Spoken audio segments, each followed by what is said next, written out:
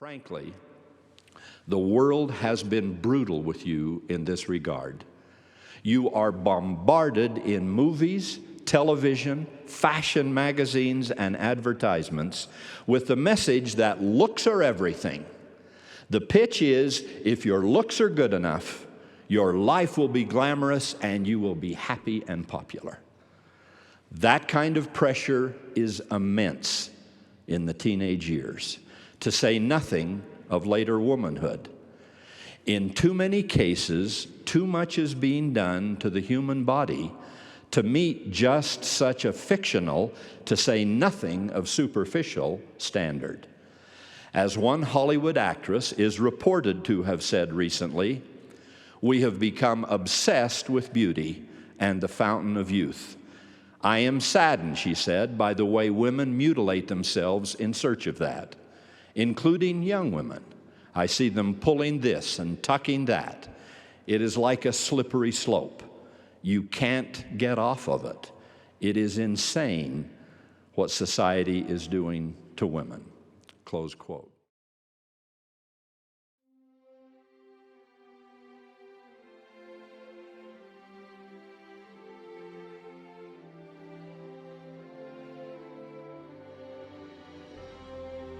I want her to be committed. It can go many different ways with commitment, whether it's commitments to God, commitments to her education, to her family. I think that's something pretty important that I want my future wife to have. And also to be loving and kind and caring. When I envision my future wife, I envision her with a smile, just happy all the time, just kind of that glad to be alive, just contagious smile. I would like someone that's trustworthy. Like, trust is a big thing to me. And if they're not, like, if they hide stuff from me, I wouldn't like that. Confident, because I don't want a girl that's not confident. I don't want a girl that's, I don't know, feisty. They have to have a good sense of judgment, because I don't want really somebody that would be doing something that would cause a big problem. Very independent. Like, I don't need to be there for her to figure something out, and she can get something done. You know, she doesn't need someone to tell her what to do just to get it done. She can do it on her own. She loves the gospel. She's just a great person. Being faithful, like, in the Lord and all the activities that they're in. She's gotta have a good sense of humor, because you don't want sitting around, nothing, you can't joke around, whatever. She's okay with who she is, and she has herself figured out. I would like her to have a sense of humor. I definitely like someone who's funny and someone who can take a joke without being super offended.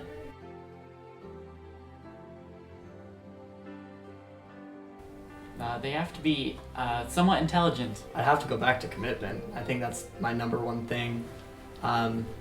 If she can commit to something, show that she'll put all of her time or effort into these things, whether it be, again, religion, God, her education, her family, to put that commitment in and really want to try and make the best out of any situation. I think that's something beautiful about a woman.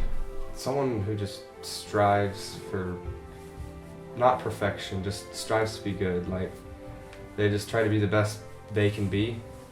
Like I said, kind of like confident, independent, they know who they are, and they're just trying to be the best them they can be. I like having deep conversations about the gospel. Just a love of the gospel. I think that's a really powerful thing to have. When a young woman can just sit there and play with kids or like younger siblings and stuff and just has those good relationships, that shows kind of a maturity to me that I really find intriguing and interesting in young women.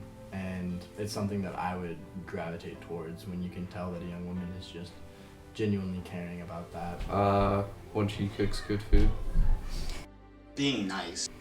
I like confidence, and confidence with being trustworthy again. That's something that I find really admiring.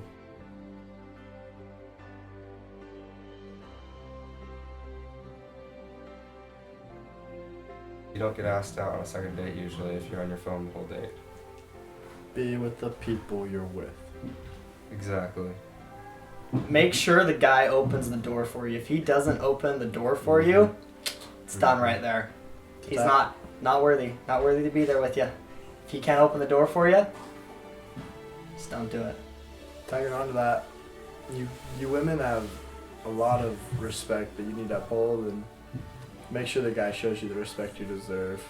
Opening doors, coming to the door to get you instead of honking or texting or whatever. Make sure you're with Meeting a your good guy. parents. Meet your parents, especially for dance dates. Make sure you shake your dad's hand, talks to them.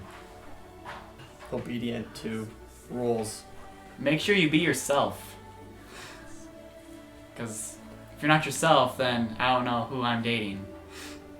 Don't think too hard about like having to be all super good. Just be yourself and just remember your values. Say guys are excited to be going on a date with you in the first place. Don't try too hard. Don't get too crazy. And sometimes, like, I mean, I know for like girls' choice dances, there can be a lot of drama with planning and stuff like that. Don't think you have to overcomplicate things and make things too hard. Sometimes the most simplest of dates are the funnest ones, where you can really get to know the other person. Those are one of the best dates like I've ever been on. Like something as simple as riding scooters on top of a water tower. I did that for one of my dates and it was so fun.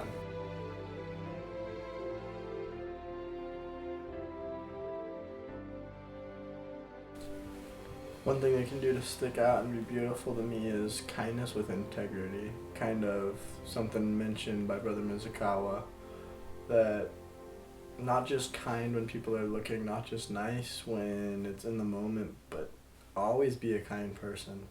Because there are those moments when you don't think anyone's watching, but one person sees it, and that one person kind of knows and thinks to themselves, that's a good person.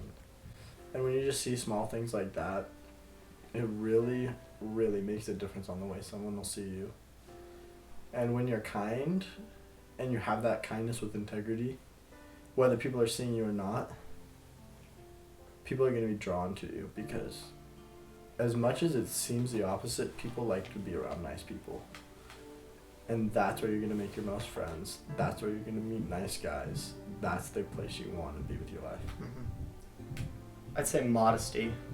Modesty is a big thing. I know with glamour, there's all this new fashion and different things, and the world is going one way, and God's standards are here. And if you're modest, to me, like, that makes you stand out. Like, if you're dressing immodestly, I'm uncomfortable.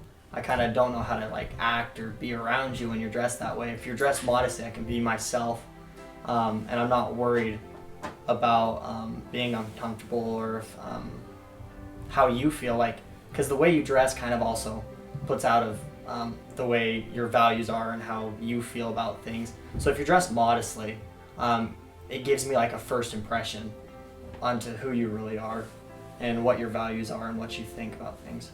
I think how to stick out is just be yourself. I really just, like, everyone's trying to be a certain way, and that makes a certain way the norm, and it's kind of boring. Like, if you just be yourself, we're so unique. Everybody's so unique.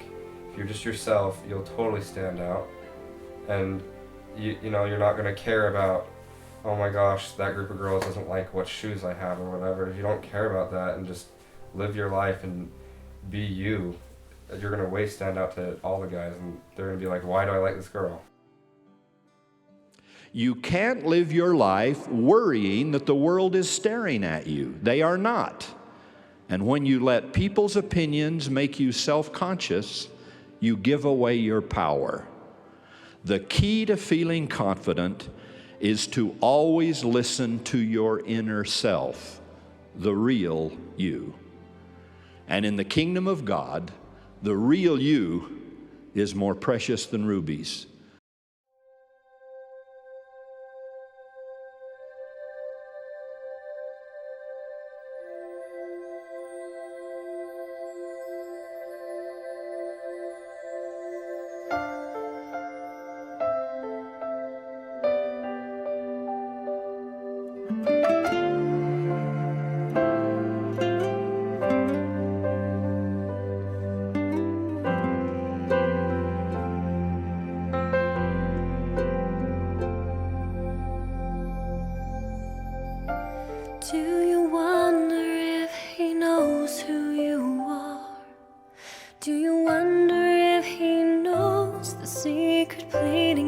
your heart. He has numbered every sand of the sea, and he longs for you to know that he believes in you. Can you feel a quiet power from above? Can you feel his strength surround you when your own is not enough? He has blessed you with his spirit from on high, and he longs for you to know it lives inside of you. Oh, be true, daughter of a king, the Father's royalty, heir to his divinity.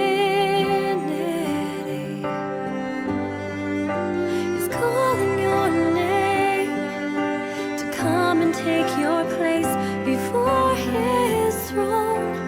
He has always known what he created you to be. A daughter of a king.